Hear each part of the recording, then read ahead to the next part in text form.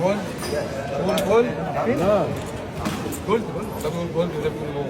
This is diamond? Yes, diamond. This is diamond.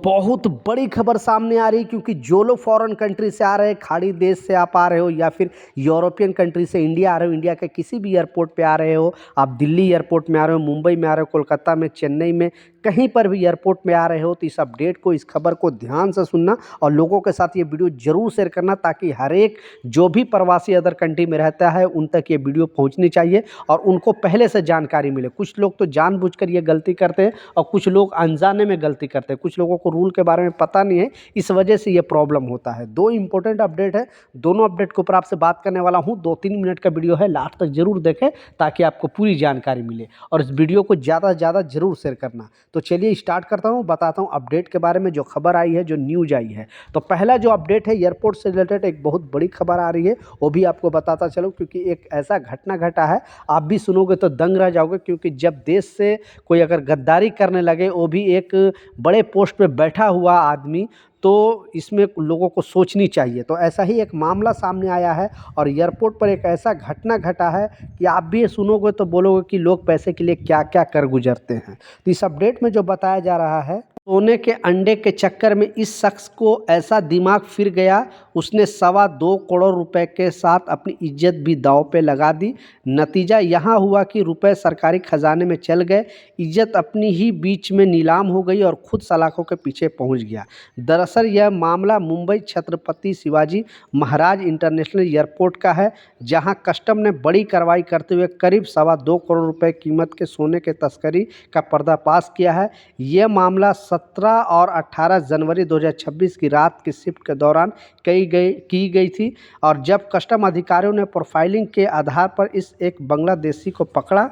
Custom officer के मुताबिक जो passenger Dubai से इंडिगो की फ़्लाइट 6E1452 से 17 जनवरी को मुंबई पहुंचा था, उसे 18 जनवरी को इंडिगो की फ़्लाइट संख्या 6E1115 से ढाका जाना था। मुंबई एयरपोर्ट पर जो ट्रांजैक्टिंग के दौरान उसकी गतिविधि संदिग्ध लगी। इसके बाद कस्टम अधिकारियों ने उस पर नज़र रखना शुरू कर दिया।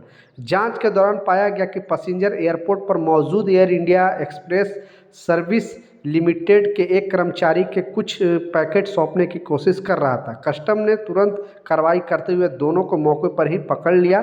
तलाशी के दौरान पता चला कि अंडे का 4 आकार का कोई ये पैकेट था और जो बांग्लादेशी था, जो एयर इंडिया में काम करता था, एक कर्मचारी, उसको देने वाला था और देते ही पकड़ा गया।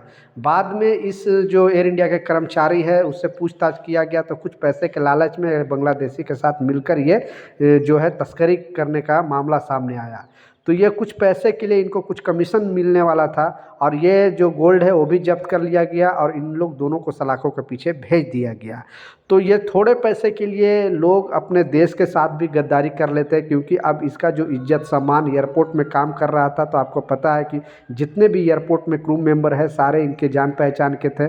जैसे ही इनको गिरफ्तारी होती है और पता चलता है तो लोग उन पर नालत भेजने लगते हैं, लोग गालियाँ देना स्टार्ट कर देते हैं, क्योंकि ये गद्दार साबित हुआ। एक अदर कंट्री के पर्सन के साथ मिलके ये जो है तस्करी कर रहा था, इस वजह से इनका सामान भी जब्त हुआ और इनको सलाखों के पीछे भेजा गया। अब इनसे पूछताछ भी जारी है कि और कौन लोग इसमें शामिल था।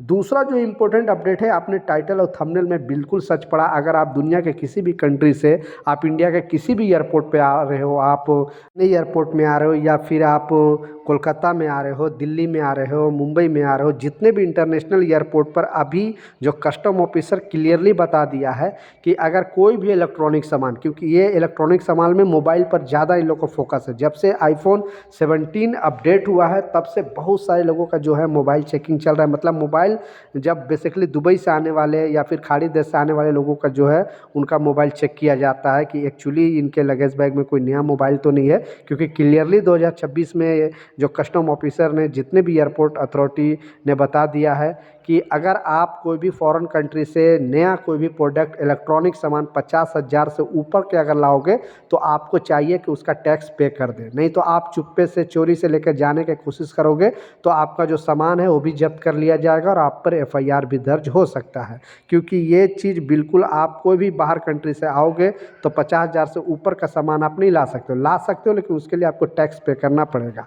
और ज़्यादातर जो मामले आ रहे हैं आईफोन 17 जब से अपडेट हुआ है, बहुत सारे लोग अपने जानने वाले दोस्त लोग को मतलब पहचान वाले को गिफ्ट के लिए, या बहुत सारे ऐसे लोग भी हैं जो यहाँ से आईफोन ही खरीदने के लिए दुबई जाते हैं और वहाँ से आने के टाइम 3-4 लेकर सोचते हैं, वो भी पैकेट में। कुछ लोगों को रूल के बारे में पता नहीं है और पैकेट, फुल पैकेट मतलब उसका, अगर आप यूज़ फॉर्म में 1-2 लेकर आओगे तो प्रॉब्लम नहीं है, अगर 2 भी लेकर आ रहे हो यूज़ फॉर्म में तो चलता है। लेकिन आप अगर नया सील पैक लेकर आओगे, पकड़े जाओगे तो आपको टैक्स लाजिम देना पड़ेगा, क्योंकि टैक्स के वजह से ही दुबई में आईफोन 17 का प्राइस लगभग 35 से 40 हज़ार का डिफरेंट है। यहाँ पे इंडिया में अगर आप लोगे तो 30-35 हज़ार मतलब आपको महंगा पड़ेगा और दुबई में सस्ता पड़ेगा। तो इतने में तो रिटर्न टिकट भी हो जाता है। तो बहुत सारे लोग दुबई जाते हैं और वहाँ से मोबाइल लेके आने की कोशिश करते हैं, लेकिन एक मिस्टेक कर देते हैं कि वो सील पैक लेके आते हैं, इस वजह से उनको पकड़ा जाता है और उनको जो है उनका सामान भी जब्त कर लिया जाता है। तो सावधान रहे, सतर्क रहे। आप भी आ रहे हो तो यूज़ फॉर्म में कोई भी सामान लेकर आ सकते हो।